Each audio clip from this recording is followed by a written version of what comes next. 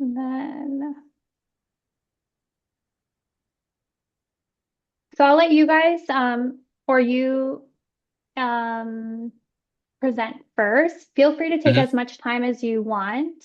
Okay. We have the whole hour, so honestly, like there's as much time for Q&A as you would like there to be. And if Okay. people run out of questions, we can always end it earlier. Okay. So in the end, if there are questions, I can ask them to you or to whoever's there, based on what they're asking. If there's any, like, because sometimes there's random admissions one or housing or financial aid, we'll Mm. answer those questions like in the background. Okay. Um, Unless it is somehow related to your question, then we'll work together. Okay. Because sometimes they are very off-topic questions. Mm. Um, but yeah, I so can you have imagine. this much freedom. Your student is Marlena, you said? Marnessa. Marnessa. Okay. When I open up the room, I'll make her a panelist. Okay, great. But if you wanted, you could start with your screen shared, and then Hmm. I can introduce you if you would like. Okay. Yeah, let's plan to do that. Okay. Sorry, what was your last name? Paralis esto esto. Alice. Okay.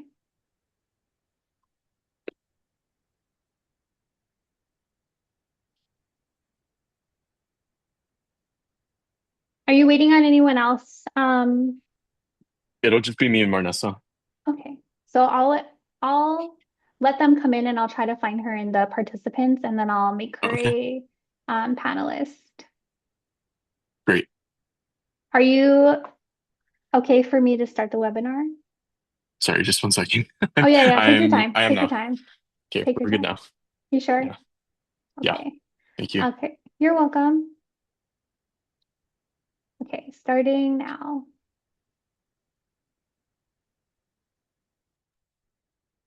Aloha, Okay. everyone. Welcome to our webinar today. We'll get started in just a few moments.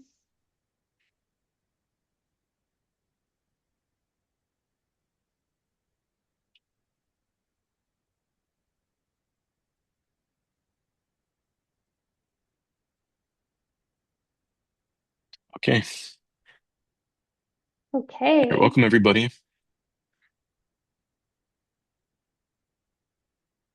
Right, aloha kako. Welcome everybody.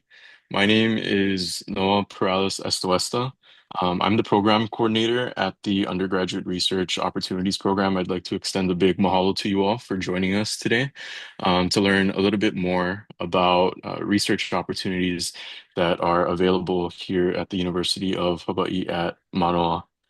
In addition to me, I'm joined by one of the students that my office works with. Her name is Marnessa Ray. And she's going to be talking to you a little bit about her particular research project and her involvement with the Undergraduate Research Opportunities Program. But before I actually talk a bit more about my office specifically, I wanted to talk to you all a little bit about what the title of today's presentation is referring to. So when we say excellence at Mānoa, what exactly does that mean?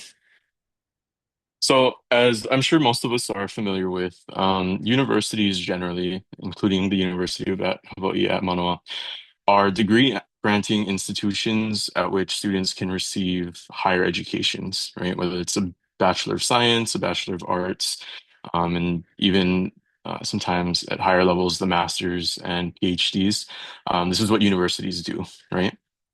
But one additional function that may be as well known or maybe less so to you all is the role that universities play as major seats of research activity around the world. And this includes research activities all across the disciplines. So frequently, you might see news reports about researchers securing huge amounts of money in order to conduct their work. And these researchers are based at universities. Or you might see publications in the news as well about major discoveries that have been made in different disciplines. And so when we talk about universities again as seats of research activity and those news reports that you might be seeing, this is what we're talking about. Um, that kind of dual role that universities play, again, both as educational institutions, but also the role that they play in terms of creating new knowledge. Yeah. So, some of the different facilities and programs at which research is conducted at the University of Hawaii at Manoa include the Cancer Center, which is pictured here. They conduct research not only on the biomedical side of cancer, but also on cancer as a social phenomenon throughout Hawaii and the Pacific. Another facility that we have here at Mānoa is the Institute for Astronomy, which houses extremely high-powered telescopes and computers that support different kinds of deep space and near space research. If the hard sciences are maybe less of your vibe, we also have a number of different arts facilities and programs. So here in this photograph, you can see Kennedy Theater, where our staff, our faculty, and our students collaborate on a number of different musical and dramatic productions. The image here in the center is of a student engaging in some VR activity at the Hawaii Data Science Institute, which is a massively funded project across the University of Hawaii system, where we have researchers doing really cool things in computer science, everything from AI to data visualization. And then this photo here in the bottom right is of the Hawaii Institute of Marine Biology out in Kaneohe, where, as you can imagine, they're conducting research on everything from global warming in the Pacific Ocean to the behavior of humpback whale species found out here. Okay. And then on this slide, there are two photos that I wanted to share with you. If you're more inclined towards things like the social sciences, we have a number of different research organizations that may be of interest to you, including pictured on the left, the Center for Korean Studies, which, as you can imagine, conducts research all about Korean history and contemporary politics. And then here, the photo on the right is actually of the Hawaii State Capitol building. When Marnessa shares a little bit about her research activity in a second, she can tell you about some work that she's doing with implications for the Hawaii State Legislature. Okay.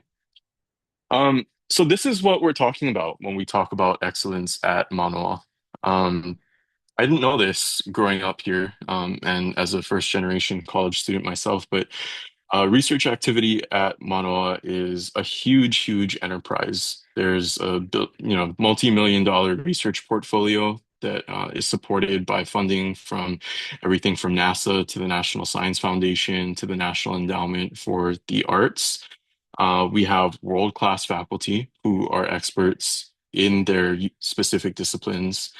And Manoa also carries the distinction of being only one of 131 universities around the globe to receive the designation as an R1 university.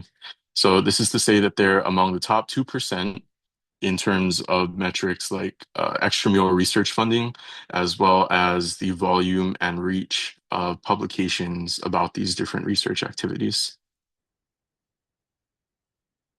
Now, what does this mean for our students? Because we have an institutional profile, because we have this funding portfolio, and because we have all of these facilities and opportunities, it means that there's really a culture of research all across the campus. And when I say research, I'm referring both to research and creative activities in all disciplines. And this culture is one that extends to undergraduate students. And offices like mine, the Undergraduate Research Opportunities Program, provide financial and programmatic support for undergraduate students, again, in all disciplines, to participate in this excellence through the conducting of research and creative work, right? So UROP promotes and coordinates opportunities for all undergraduate students to participate in engaged in mentored research and creative work. And before I get a bit more into what this entails, I actually wanted to invite Marnessa to maybe share a little bit about, Marnessa, if you could share just briefly a little bit about yourself, your background, and your interest in participating in research and creative work here? Yeah, of course. That would be awesome. So, a little bit of a background about me. I am currently a freshman at UH, and I'm a women, gender, sexuality studies, and ethnic studies major. So, I've always had a deep passion for advocacy. Um, Coming to UH, one of the reasons that definitely drew me to the university was, as Noah, previously talked about, was the fact that it is an R1 research university. Um, and there is definitely a large community here. So, participating in Europe definitely broadened my community and my connections. And right now, I'm an ERC funding recipient within Europe. And through that, I was able to receive funding and start, working on internships as an undergrad. And I would say it's been my favorite part of university thus far. I'm currently working on menstrual equity research, so survey development and data analysis for legislative purposes. And I have a lot more to say, but just briefly, yeah, Europe has definitely been my favorite and the most impactful part of my educational journey thus far at UH. So yeah. Great. Thank you for sharing, Marnessa. Um, so Marnessa mentioned that she is an ERC funding recipient. We'll get to what that means shortly, but before I kind of elaborate on that, I wanted to give you guys a bit more of an overview about what we actually do. So UROP was founded for the purpose, again, of supporting student research and creative work in all disciplines all the way back in 2011. So we've been around for 15 years this year. And as of this year, we've worked with over 2,500 students, with over 700 mentors to those students. We've provided funding to support nearly 1,700 projects and presentations, and have worked with students across 92 of the many different majors that are offered on campus. So, the funding, right, that Marnessa mentioned, we have a number of different opportunities that students can apply for, but collectively, they represent $500,000 in scholarship funding that can go towards students for the purpose of supporting their work. We also provide funding directly to faculty mentors who are interested in recruiting students to conduct research or creative work during the summer. And over the course of our history, we've been able to support students with over $5 million um, over these past 15 years. Okay. So research and creative work defined, right? Like I think maybe we have a sense now that we've gone through so many different examples of what this might look like. But in terms of Europe and the actual work that our office supports, we subscribe to a definition of research and creative work as provided to us by the National Council on Undergraduate Research, which states that undergraduate research is a mentored investigation or creative inquiry conducted by undergraduates that seeks to make a scholarly or artistic contribution to knowledge. So I want to highlight a couple of really important characteristics that are contained within this definition. So when we talk about mentorship, we're talking about the fact that that world-class faculty with all of that expertise that I had mentioned earlier as part of our institutional profile, they're available for you to work with here. Marnessa has a mentor who I will ask you guys, you'll hear about in a little bit. But all the students who receive funding from our program are working with this world-class faculty. Okay. It also talks about making a scholarly or artistic contribution to knowledge. So one way to think about research is in relationship to classwork, right? We all know what it's like to go through a class. Um, but classwork is largely about receiving pre-established knowledge and kind of in joining the conversation, right, that has been ongoing among scholars and other students before we've taken that class. When we are conducting research, however, we're seeking to create new knowledge and to advance that conversation, right? So that's what our office is intended to support. Now, Marnus, I know you gave us a bit of an overview just now about, your background, but do you mind sharing in a bit more depth about the activity that you've received your funding to do? Yeah, of course. So essentially, my research interests, once again, so gender equity based and kind of finding ways to take the public health route when we're advocating for change and putting gender equity feminist practice theories into, real world play. So through legislative work. And I received funding through Europe. Um, to enter creative research. So right now, my mentor and I are both supporting the Ma'i movement here in Hawaii. And it is essentially a movement where we're trying to, one, impact legislation through drafting our own measures, supporting various measures, which regard the DOE, the Department of Education, financially providing support for period products here on Oahu. Um, so as an ERC funding recipient, someone who's just entering creative research, my mentor and I, we are supporting this movement by doing survey analysis. So that way we can, draft a survey, send it out once again, and review the data and do some statistical analysis to see, on which of the islands need this support and collecting, various testimony um, within local communities. So that's kind of a little bit of what I do with my mentor within this research project. Yeah. And can you tell us a little bit about what these photos are showing us here? Yeah. So some of those photos right there, my mentor, she's in the middle photo, all the way to the left. Her name is Nikki. And those are some of the product care packages that were created by the Ma'i movement. And those are some period products right there. Those are some care kits that we send out to communities in need through the survey data that we do collect. And that bottom image right there in the middle, that is at the state capitol, because one of the measure was successfully passed, and the DOE on Oahu does financially provide in public schools menstrual products through the Ma'i movement, through past surveys, past data that was collected and done. And right now, the research we're doing is we're trying to extend that, right? So a new survey is going out so we can pass some more resolutions to get more university and public support. So yeah, that's some B-roll from past years of our care kits and legislative advocacy. Great. Mahalo, Marnessa.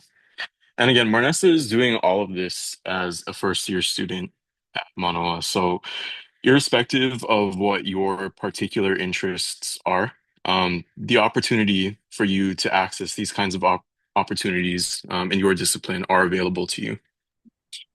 Before I get more into the details about what kinds of funding Europe provides, I'm going to share a couple more examples with you of students from a number of different disciplines whom we've funded in order to maybe get the gears rolling in your mind about things that you could work at when you come to Manoa.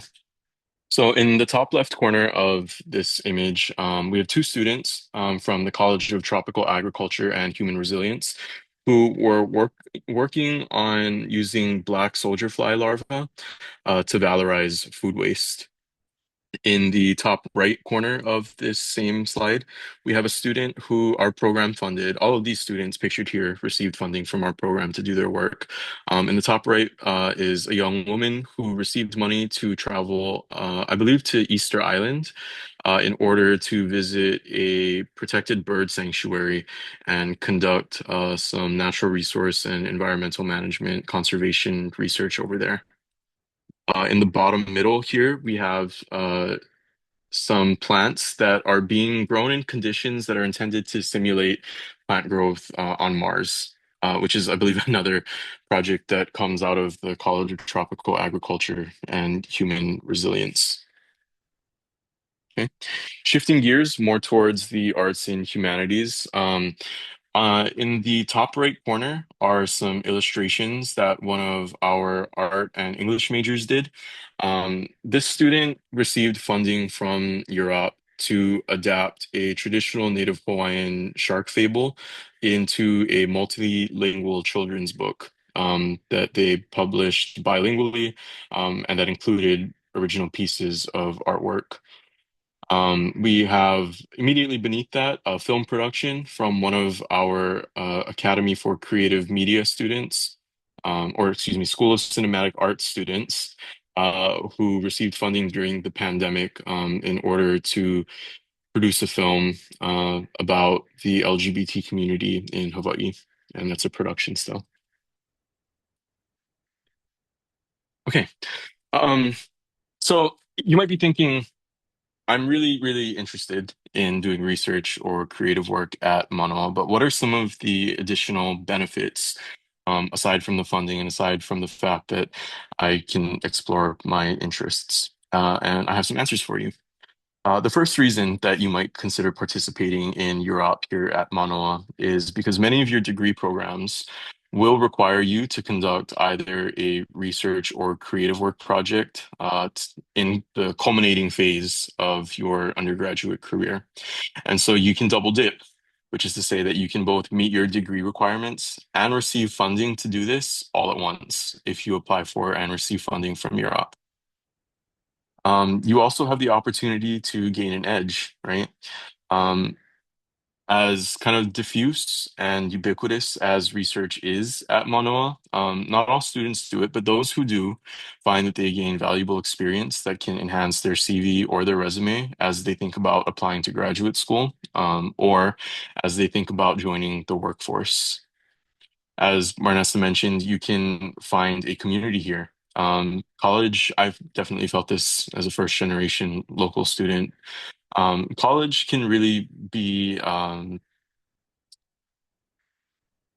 it can really enhance your experience to find your group here. And I certainly felt like once I began my own research and creative work project, um, that when I was working alongside students who were interested in the same things, and when I had found my mentor, that I had found kind of my niche, right? Um, in terms of you planning ahead and building confidence, completing a research project, as I'm sure Marnessa will be able to tell you shortly, is an incredible way for you to gain a sense of future direction. Um, whether you're interested in continuing with what you've been funded to do, or maybe you've kind of confirmed that you'd like to change course, um, as well as gaining a sense of satisfaction. Again, Marnessa, since we're on the slide, you kind of touched on this already, but what are some of the additional benefits that you found of participating in uh, your research project as funded by Europe? Yeah, one thing I did want to expand upon is definitely that sense of community. I do remember, I'm from Germany, so I came from somewhere very far, very, not super similar to Oahu. And I felt a little lost. And I remember the first time I heard about Europe was just doing preliminary research about the university itself. And I did attend a webinar such as this, but when I was on Oahu in the summer, I attended the SURE symposium. And I remember, and that's something within Europe, I remember attending that. And as soon as I walked in the room, I felt a rush of excitement because, I was in a room with like-minded individuals and very smart and motivated people. And it made me feel very grounded, to find a community such as that at UH. But, more things that we can gain when we're participating in research, um, at an undergraduate level is, of course, community connection, but professionalism. So, having to attend various trainings and having to write, emails and be effective in communication and be on time. And when you have to, feel the right and the effective and appropriate amount of pressure to have these deliverables for your mentor and for this project, you kind of gain that confidence and you learn that you can grow as a student at the college level. So these are all true things that are listed on this slide. And I do think it will make, people feel more grounded because research, it supports the community, but it also can support the researchers um, at a community and confidence-based level.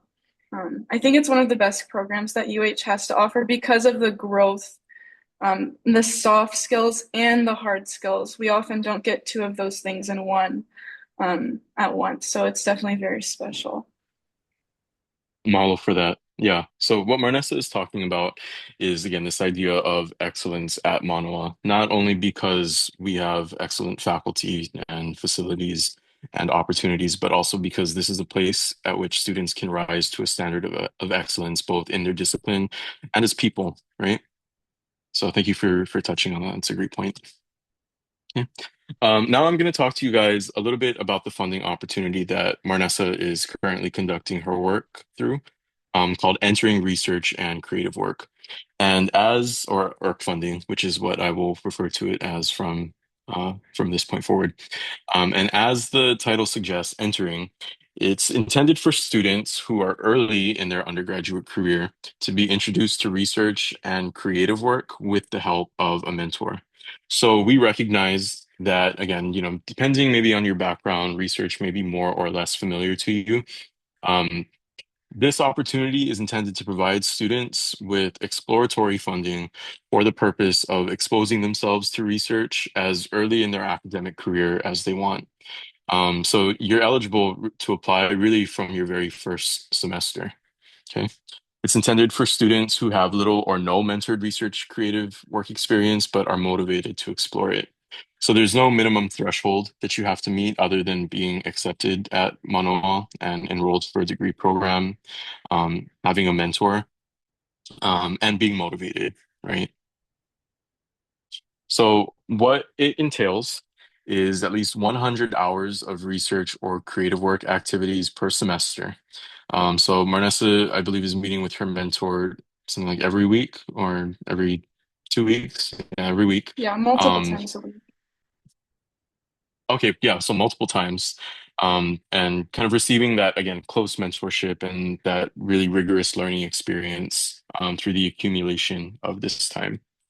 We also ask our students to undergo the kinds of safety, ethics, and research compliance training that she had alluded to previously, both independently and collaboratively with my team, through different kinds of programming that we offer, such as these professional development modules. So, in addition to what you will be doing if you apply for ERC through Europe with your mentor, you'll also be working with our team to attend different kinds of workshops that will supplement your learning, irrespective of the discipline. Okay. So, some of these include the research and creative work best practices. So how it is that you can manage a project and kind of reflect on your own learning. You can talk about responsible conduct of research and get a sense of like what research ethics and compliance and safety are at the university level.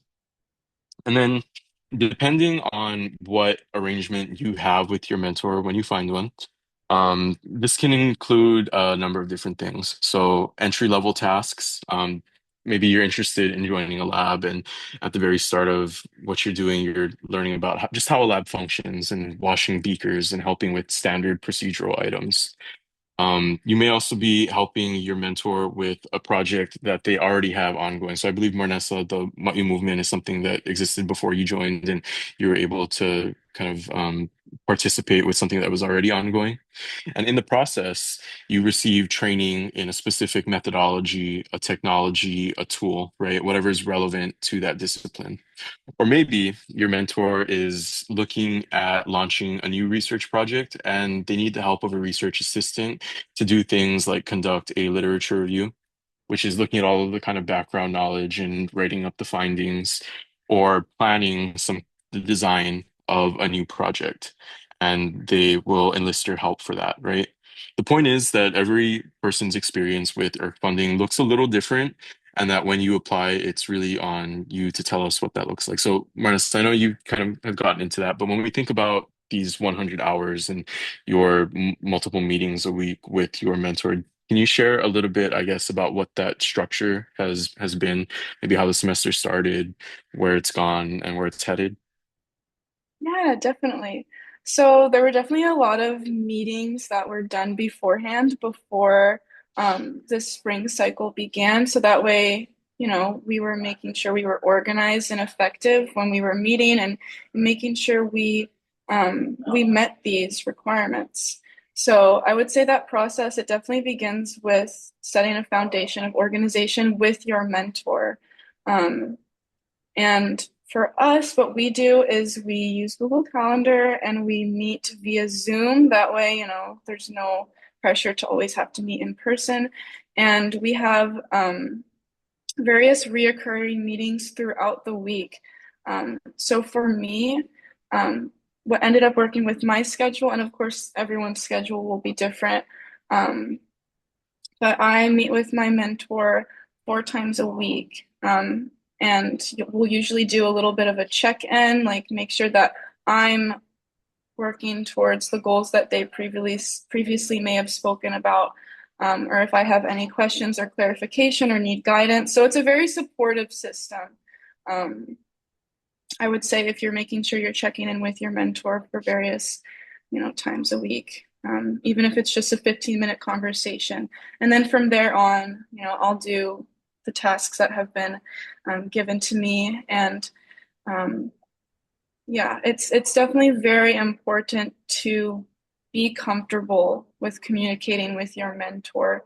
And understanding that transparency is important and asking clarifying questions is important because you want to make sure, one, that you understand and that you're having a good experience, but two, you're also supporting your mentor in the best way possible. So this is also, I would say, a very achievable, schedule, depending on maybe you're taking 18 or 19 credits, maybe that'll be a little more difficult. But um, as long as you're having communication and you're spreading out your hours throughout the week, I usually do 2 to 3 hours, 4 days a week.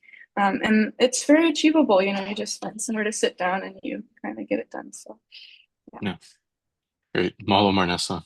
So that's one example, right, of what these arrangements with your mentor can look like. Sometimes students will work more directly with graduate students than their mentor if it's like a large lab situation. And sometimes students and mentors will actually collaborate remotely, right? So it can take all kinds of forms just depending on the specifics of your dynamic with your mentor. Okay. Um, and then in terms of what the actual funding looks like for IRC, this opportunity provides $1,500 for one semester or $3,000 for 2 semesters. Students can choose which kind of permutation they want in terms of it being $1,500 or $3,000, but the application should reflect, right, an appropriate amount of work over the course of the period that they're asking to receive funding for. And students also have the opportunity to apply twice every academic year. So let's say that you're joining Mānoa in the fall, and you're here early and you've already thinking about things that you kind of want to learn about and explore. Maybe over the course of the summer or early in the semester, you can contact your mentor. I'll talk to you guys shortly about how to do that. We have some support available for you. And you can work with them, as Marnessa talked about, to establish a plan and submit an application by our fall deadline in October. Or maybe, you want to kind of take things a bit more slowly, and spend the fall getting acclimated, spend the fall learning about what your options are and, finding the right mentor and, determining what those arrangements will look like. You also have the option to apply for funding in the spring. Whichever cycle you apply for, fall or spring, the money that is allocated to you, if you're awarded, will be paid out in the following semester. So fall applicants receive the $1,500 or $3,000 in the spring, and then springtime applicants can elect to receive that amount of money, whichever they choose, either in the summer or the following fall semester. So the application is a really simple process. We ask for all of the kinds of information you might expect, like your name, right, your email address. Um, and then we have some short answer questions for students to to explain again what their motivation for participating in research and creative work is, as well as what they hope to learn. Some additional components include a combination transcript. So you just kind of show what your grades are up until that point, a resume optionally, and then the completion of a survey about your experience with things like this webinar, talking to our staff, and also completing the application. And then the final component is a mentor form. And this is not a letter of recommendation, but it functions similarly as one in the sense that it's intended for our office to gain a sense of what it is that you'll be doing with your mentor and for them to endorse the work that you propose to do. Okay. So we've been saying so much about these mentors, right? I mean, we started the presentation off by talking about the different facilities that your mentors will work at and the different programs and research activities that our faculty engage in. But how do you actually find one? Okay. If you're interested in applying for the fall application cycle, when you first come to Manoa, the highest kind of order advice that I can give you is to get started now, right? You want to consider your interests and take classes in the fall that are relevant to those interests, get good grades, as well as to talk to your instructors, your advisors, other students, and even myself about, connections that you can make with people who you'll work with. Um, Here on the right is a screenshot of a faculty profile, and all of our professors on campus have these available online for you to read. This is example is actually the director of my office, Creighton Litton, who, in addition to his work with undergraduate research, is a faculty member in the Department of Natural Resources and Environmental Management. And you can see, right, what he studied when he was a student at the undergraduate and graduate levels, as well as what his interests are. So if you Google, right, a department webpage, you can see what kinds of research activities our faculty are involved in, and their contact information is also available for you to make a kind of direct contact with them if you'd like to reach out to them. Um, the point is, though, that you want to be precise and detailed. So let's say that you're interested in computer science and your specific interest is data visualization. You would want to find computer science faculty who are focused on data visualization and not artificial intelligence, right? And that's where the doing your homework piece comes into the picture. Marnessa, do you mind sharing a little bit about how you found your mentor? Yes, I would love to. So coming to UH and also knowing about this program and knowing that I wanted to participate in this program, I will say for me, I was nervous. I thought it would be, difficult and a strenuous process to find a mentor. Um, and I really think for the most part it isn't. And Forager One, which I think Noah will talk about shortly, is one way that we can find mentors. You just make a profile on there and you can view, various professors who are looking for research assistants. However, that is not how I found my mentor, or although I did make a Forager One account. When I was coming to UH, because once again, I knew I wanted to participate in this program and I wanted to make a connection with a professor who I thought could support me in my interests. It is good to know your research interests, by the way. I knew that the undergraduate chair of my department at the time, Women, Gender, Sexuality Studies, Lisa Valin, she was very passionate about public health and gender equity because one of the courses she teaches, Bio 350, touches on those topics. So I simply set up an academic, advising meeting with her just to kind of meet her and talk about courses and what to take. And that's kind of how our relationship started. So it can, simply go from there. And I didn't even know if she was looking for a potential mentorship connection. I just knew she was a professor who was similarly interested in research topics that I was passionate about. And, it was just a simple day after class. I asked her if she knew about Europe, and I asked her if she would consider us having a formal meeting to discuss research collaboration possibilities. And from there on, it was a very supportive relationship. So there are lots of different ways you can find mentors through Forager One, which Noah will talk about soon. But also just, doing preliminary research on the professors within your department to see what has this person done before, what are they passionate about, and does this support my research interests? So that's how I found my mentors. Very easy. Yeah, great. Mahalo for that, Marnessa. So yeah, the piece of programming that I wanted to talk to you all about now is actually a resource that we have specifically for the purpose of connecting students to mentors. And this is something, again, that's available to all UH Manoa students, faculty, and staff. And it's called Forager One. So what it is an online searchable database that our office administers that contains profiles both by students and by faculty and staff who serve as mentors that allow them to connect with each other. So if you're familiar with LinkedIn, it essentially functions in the same way, where you can make these kinds of networking moves. And you can see when you log in what kinds of projects are offered by mentors that they are recruiting students for.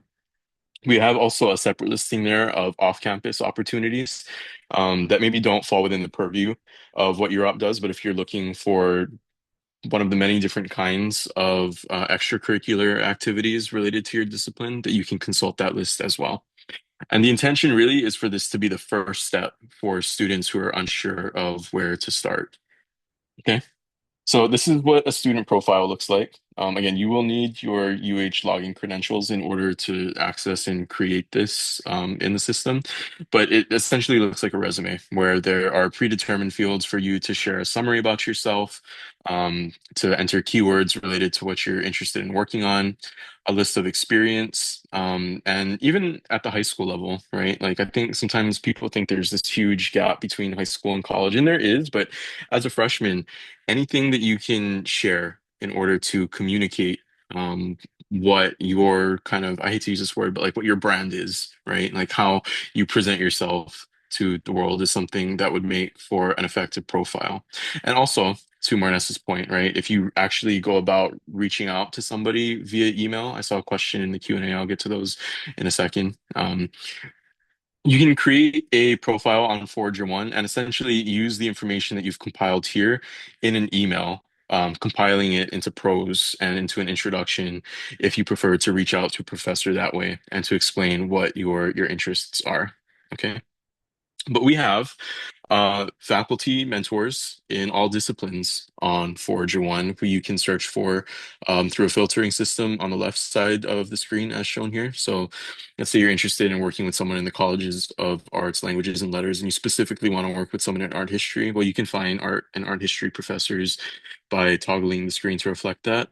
And then you can see here that they have a profile where they share a little bit about themselves, kind of like that web page we were looking at earlier, as well as any open projects that they're recruiting students for. And then you have the option of bookmarking them and contacting them, right? Via Forager One. The idea, though, before I talk about some of our other programming, really is that we want to provide as much of a pathway for students to be able to find the mentors who they're best suited to work with. And again, so once you have your UH login credentials, this is a resource that will be available for you to browse. And then even before then, right, you can begin doing kind of your independent research as well, whether that involves talking to a counselor or just your own Google search, other programming. So one of the things that Mar and Nessa mentioned and that we've kind of been alluding to is the fact that we've touched on entering research and creative work specifically for early career students. But this is not the only funding opportunity that Europe provides, right? If you look at the entire range of funding that we offer, ERC is really intended to be just the kind of first step in what is hopefully a longer journey of research and creative work throughout a student's time at Mānoa.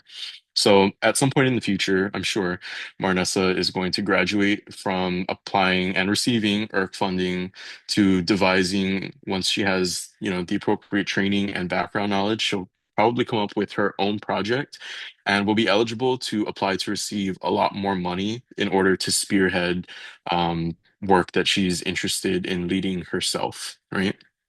Let's say at some point in the future, beyond that, Marnessa completes this project and she's accepted to have it shared at a professional venue. Well, our office also provides funding via presentation funding in order for students to, she doesn't necessarily have to travel, but if she wanted to, she could apply this money towards traveling, towards registering for the conference, towards spending, getting her lodging and meals and incidentals and all of that stuff that comes with attending a conference. All of that is available for her to spend this funding on. Okay. So just know that even though we've talked about this IRC funding, the $1,500 for a semester, up to 2 semesters, that that's really only intended to be the first step. And I want to reiterate at this point that there's really no kind of minimum or minimum threshold that students have to reach in order to apply for IRC funding. If you are just generally interested in, right? Like it's not the case that you need to make a super compelling argument for your qualifications, right? The point is that this is an exploratory award and that we're more interested in learning about what your interests and motivations are um, because the point of doing the IRC award is to receive that training, right? That's very different for project and presentation, right? By the time a student applies for project funding, the idea is that they'll have the training and the background knowledge and some credentials then. Um, but IRC is really just about getting you started, right? And being clear about how you intend to work with your mentor in order to achieve certain learning outcomes. The other thing that Marnessa mentioned attending was the Shore Symposium. So the Shore Symposium is one of two on-campus presentation events that my office, in collaboration with the honors program, hosts throughout the academic year.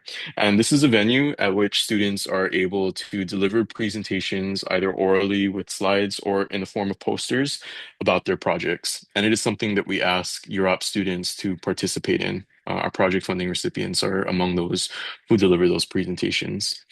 It's multidisciplinary, so irrespective of what you're interested in studying, there's going to be something there for you to explore and see a presentation about.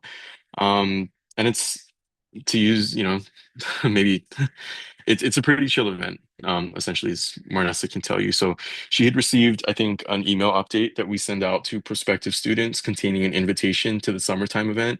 But the undergraduate showcase is also going to be something that takes place in the spring that I can share a link with to you all if you're interested in seeing the program and who's going to be presenting and that you're invited critically to attend as well. Okay, so the upcoming undergraduate showcase actually takes place this semester on May 8th. We strongly encourage you guys, if it's available to you, to come to campus. And there's a link for that in the chat. 1 second. Or there will be. I'll share that. We can maybe send a follow-up email. And then we'll also try to get an email out over the course of the summer to invite students to the Shore Symposium as well. Okay. And it's completely free to attend. Okay. Before we wrap up, I wanted to share, not wrap up, but before we transition to Q&A, I just wanted to share some final student testimonials about students who have participated in research and creative work at Manoa, specifically through Europe. So Kahelani Acosta, who majored in tropical plant and soil sciences, said, based on the requirements set by Europe, it has also prepared me in organizing my work. At least with writing a proposal and budget, these are skills that I will be able to take into the future of research with grant writing and requesting research funds. So to Marnessa's earlier point about the kinds of soft skills and professional development that students experience going through research at Manoa, she's testifying to this, right? Kayla, who was a global environmental sciences major, makes a point that is very important to us. She says, I have always worked 2 jobs to put myself through school since I was 16. Receiving Europe funding enabled me to cut back on my work hours so I could do research. If I did not receive Europe funding, I probably would not have been able to complete this project. And so what Kayla's talking about here actually is equity, right? She's talking about the financial opportunity that is provided to her by Manoa in order to conduct research and about how who has access to producing this new knowledge that we mentioned earlier, right? It shouldn't only be those who have the luxury of not having to work if they do need, that kind of financial support. And our office does consider this a very high priority item when we're thinking about projects that we want to fund and the students who are working on them, right? Philip, who was the biology major, says, for a long time, I had a silent doubt on whether research was something I wished to pursue. Doing this project alongside a lab that has been doing research was an eye-opening experience. I was able to figure out how to budget a project and to figure out a schedule that would work for it.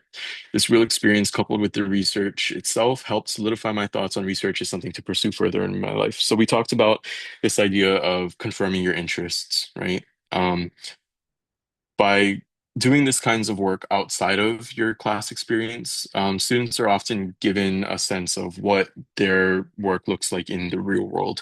And in Philip's case, it absolutely confirmed his passion for biology and his desire to continue working on that. And then lastly, Ray, who was an English major, and you can see here the manga that he developed for his project, says, as far as Europe as a program, I really do believe that it is a unique and incredible tool for undergraduate scholars to gain the experience of applying for and receiving funding for a project and appreciate what the program is doing to encourage younger students to reach for something greater, right? So what Ray is testifying to here, again, is the title of our presentation, which is this notion that there is excellence available for you to participate in and achieve here at the University of Hawaii at Manoa. If you're interested in keeping up with our program, you can follow us on Instagram at urop.uhm. We share updates there about our application cycles as well as a number of different opportunities that students may be interested in participating in. Um, I have a survey that I'd like to ask all of you guys to complete if you guys are able to. There's a QR code on this screen, but I will also put it into the chat for you guys to access over your computers. And I now wanted to open it up to whoever had questions. Um, I guess I can start by taking a look, Kristen, at the Q&A. Yes, we got a bunch of questions that came through. Okay. Would you like me to ask them or would you like to? I can ask them. Okay. So the first one is, when can a UH student begin applying for Europe? So if we're talking about the ERC award specifically, again, there's no kind of minimum threshold for that. We have the option for students to apply so long as they have mentor endorsement as early as their first semester, right? And at different points throughout your academic career, it may shift and it may be more appropriate for you to start with project funding. But just know that if you want to get started right off the bat, like ERC funding, so long as you have that mentor, who you can find through Forager One or through your own research, as early as your very first semester. How competitive is the application process? Um, the main thing that we see with ERC funding is actually some, I guess, maybe confusion about who it's intended for. There's a very high success rate for ERC funding. We fund, I want to say, about 90% of the students who apply. Um, and those who don't receive funding are usually the ones who we determine to not be working on research or creative work training, according to that definition that I provided about it being, a mentored experience, intended to create new knowledge and specifically like skills training and being in more of a support role. But it's about a 90% success rate. As we talk about project funding, the success rate goes down because there's a lot more interest than there are resources currently. Um, and it becomes much more of a competitive process, and that's about a 60% success rate. Um, so the summer symposium that Marnessa mentioned, yes, so this is going to be something that's accessible to fall students. We try, everyone who's, I guess, on this webinar will receive communications from our office about that, but there's also the undergraduate showcase that I linked to earlier that you can participate in early May, or attend rather, in early May if you're interested in. Are all professors open to being mentors? Um, so the thing about this question is that we have professors in different disciplines who are conducting their research, right? That's part of what it means to be a professor at this kind of R1 research university. And it's extremely beneficial to them to have the assistance, right, of a student whose work is very often kind of like an offshoot of their research that they are mentoring in. And so it's actually part of the culture here for our faculty to do that. So I won't say all faculty are interested in, but the vast majority are. Again, we've worked with over 700 different faculty members since the inception of our program, and are very happy to share that dynamic is frequently a positive one, and that faculty report to us that they enjoy doing it. And again, I mentioned earlier that we also provide funding to faculty who are interested in creating projects that they're recruiting students for via a separate process. So not 100%, can't give you numbers, but certainly the vast majority. Um, yes, the Shore Symposium is going to be a hybrid event that students can, as well as the undergraduate showcase that students will have access to via Zoom links. And you can see that in the programs for each of like the actual event programs for each of those events. Okay. Um, what makes a strong UROP applicant if you don't have prior research experience? Strong applicants, again, they're really able to articulate what their interests are, why they want to pursue this specific field, and then to explain what the learning outcomes will be. When we're talking about ERC specifically, the idea is that you will be telling us how you'll be receiving the kinds of training that will set you up to do more advanced research or creative work in the future, right? And so that should come down to like a list of tasks that you devise with your mentor, and how those tasks will be kind of laid out over the course of the semester that you'll be funded in. Even if you've never done something before, you can talk about classes that you've taken, or maybe you just saw like a news article about something that you're interested in, right? Anything that can provide context for that interest, we want to know about it. And it'll help you rather paint a fuller picture of yourself as an aspiring researcher or artist. I'm gonna go from the next question. So what's the best way to approach a professor if you're new to research? So Forager One is one example. Our office also provides scripts to students for the purpose of sending emails or messages over Forager One. And again, we have a vast network. We being Europe have a vast network of prospective mentors on campus. So if a professor is maybe intimidating to reach out to me, and I can help you make that connection.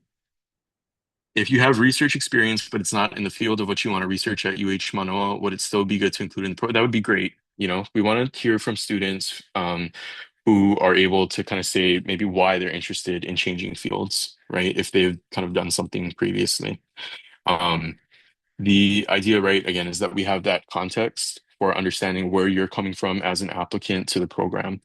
And so if something is different now than it was in the past, that's actually a great thing, right? Because it means that you're clarifying your interests. If we're interested in a professor's research, how early should we reach out and what makes a strong first message? It's the same thing, right? Like you want to point out the similarities between your interests and what they're already doing. And you can reach out, I would say maybe as soon as you know you want to come to Manoa. Confirm that this is going to be the place that you're interested in joining us as a future warrior, and let your mentor know that you're highly motivated. I mean, they'll be able to tell if you're reaching out before you're even a student here, but just let them know that you'd like to maybe set up a time with them or with a graduate student that they work with, or maybe even a Europe student that they work with, to just talk story and learn about what they're doing, and that you are eventually interested in supporting their work, as well as in applying for Europe funding to do that. Does the mentor need to be Mānoa staff? So yes, the mentors do need to be Mānoa affiliated faculty or staff members. And there's a specific set of eligibility criteria, but essentially anyone who serves as a professor here at Manoa will be eligible to mentor you. We frequently have students who are interested, kind of like Marnessa is doing, right? Interested in doing work that they partner with community members for. You're welcome to do that, but you do need to have, for compliance purposes, you do need to have an on-campus Manoa affiliated mentor. Does participating in this program give credits towards graduation? Not necessarily. So if you are completing a Europe funded project, with coursework as well, then those credits will apply. But our staff does not offer that kind of coursework. Our office doesn't do that. Marnessa, do you mind sharing, are you doing your ERC project through any classes? Yes, so I actually am. There are various, because I'm doing field work, and it's Hmm. within sociology. I am receiving college credit, so that does count towards graduation. I know that there's a bunch of them, so if I were you, I would just reach out to your academic advisor if you are accepted and you know you want to go to UH. Just look up the department undergraduate chair for whatever department you're a part of and meet with them so they can provide you some courses. But yes, I'm taking sociology 489. And depending on, how you want to split your Europe or ERC, funding hours, it can align with the internship requirements. So yes, you can take classes to receive credit for the work that you're doing within Europe. One thing that students also have the option of doing is called a directed reading or a directed study. So, depending, this is going to be something very specific to the dynamic with your mentor, but depending on your arrangement, you can sign up for essentially a class that you and your mentor create the curriculum for, receive credits in order to do that curriculum, and then apply to UROP if it falls under the category of research and creative work in order to financially support that. There's some implications for the funding that are kind of beyond the scope of the conversation today if you're receiving credits. But it's that's another option. Are some professors or mentors super selective on who they choose to mentor? Um, yes and no. I think, this is an interesting question because in my experience, when it comes down to selectivity or when it comes down to you know, that relationship and people establishing it. Again, there is a culture here where it's somewhat of the expectation among faculty for them to work with students, like they are in Marnessa's case. We have very large labs where, again, they will recruit multiple students to work with them. And when that relationship maybe isn't one that the mentor wants to. Sometimes it actually has to do with like the professionalism of the student more than the kind of pickiness of the mentor, right? So sometimes we see that students maybe aren't always as communicative or responsive. Um, for whatever reason, and that is kind of like the biggest deterrent to them working together. Sometimes mentors are just busy with other things, right? Maybe they don't have like a full lab. Maybe it's just the mentor and they've got their own projects and they're already working with another student, right? It's for that reason. I would say though that again, to the extent that you're able to communicate the relevance of your interests to the relevance of the mentor's interests, most of them will at least be open to having a conversation with you. And again, if you mention that you're interested in working with them to apply for your out funding, that'll be a key signifier, I would say, based on what I've observed, that they can take you seriously as a prospective mentee, because there's going to be some kind of like financial investment there, right? Okay. I'm doing a research project at HCC. Could I present on that? So the events that I mentioned, the undergraduate showcase, and the Shore Symposium are intended for students who are registered for, and enrolled at Mānoa specifically. If you end up transferring to Mānoa, you will meet the eligibility requirements to participate in either of those events. Even if the research was something that you did kind of off campus, right? But in order to be eligible, you would need to apply or rather be enrolled as a warrior.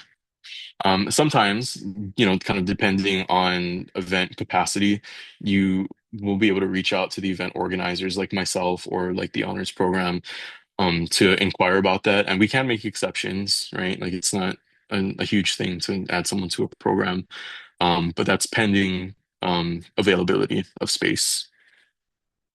Okay, so have you seen any examples of students or mentors who have done any type of engineering projects or research? Yes, as a matter of fact, I'm looking at several applications right now to the ERC funding program. that come from students who are enrolled in the College of Engineering. So I've seen students who are talking about how they have some hard skills in engineering, but they're interested in transitioning more into like engineering research. Um, and that's kind of the premise of their ERC application. Frequently, we see applications from students who are maybe just joining like an engineering lab, and they're learning like the super fundamental basics. Um, in how to operate like a specific tool or something. That's a perfect application for ERC funding. And definitely something that I would encourage. Again, we work with students in all disciplines, and we actually see a lot of requests from engineering students. They frequently work in large groups. Like when we talk about project and presentation funding, they'll go like launch a rocket on the mainland as part of a competition and apply for presentation funding for stuff like that. All of that is certainly within the purview of our program. And then the last question, um, are the research multi-year programs or can we be part of different research programs each year? The latter. You can participate in as many different research initiatives as you realistically have time for while you're here at Manoa. So let's say Marinessa wants to apply for project funding, right? She's working with the Ma'i movement now, but let's say she comes across something in a class that she's interested in and it's different from like, period poverty equity, right? As a social phenomenon. She can explain in her application to project funding how the work she did with her Earth experience kind of set her up with the baseline skills, but now she wants to move on to, I don't know, Marina, so what is something else you're interested in? Sport health, with Okay, menstruation. yeah, okay, yeah. So to answer the question, yes, you can change topics, and even potentially disciplines at any point, in terms of your experience with Europe. We also really appreciate multidisciplinary projects, right? So let's say that an environmental science student wants to work with a computer science student on coming up with some new way to visualize environmental science data. We love that. And we would love for a collaboration among students like that to be something that we receive an application for. And that even extends to the arts and humanities, right? So we have a lot of discussion now about using art to raise awareness about certain things. Maybe a film student partners, maybe Marnessa's next project is she partners with a film student to do a documentary about the Ma'i movement here in Hawaii, right? Like those kinds of cross-disciplinary collaborations are something we'd love to see, and that can constitute that kind of change in discipline for students because both students will be learning from each other, right? Oh, and then sorry, there's two more questions. Sorry, I'm visiting. maybe one last question. Sorry, we went over time. Oh, okay. I'm visiting Turing campus next week as an admitted student. I'm majoring in marine biology. Do you know who I can contact to ask if I can visit the Hawaii Institute of Marine Biology? Thank you. Yeah, my email address here, europe@hawaii.edu. You can reach out to me. We can have a bit of a back and forth about what your specific interests are, and then I can put you into contact with someone. I'm happy to do that. Thank you, Noah. And the other admissions ones we'll get to as well. Thank you all for joining today. Noah's information is in the chat. So if you have any other questions, feel free to reach out to him in his office. Thank you, Noah and Marnessa, for joining us today. It was so interesting to learn about all the different research opportunities that are available for us on campus. Thank you, everyone. We'll see you next time. Thank you for your interest. Yes, please fill out Noah's questionnaire if you have not done it yet.